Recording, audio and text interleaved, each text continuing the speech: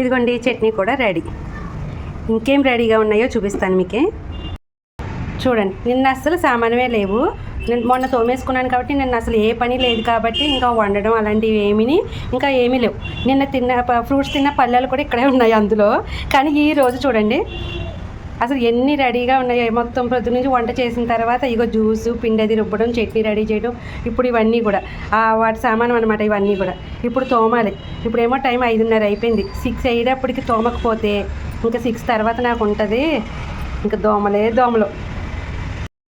ఇవ్వండి సామాను అన్నీ తోమేసాను. 6:10 అయ్యింది ఇప్పుడైతే. ఇంకా దోమలు స్టార్ట్ అవుతాయి. మా వారు కూడా వచ్చారు, పెద్ద దోమ.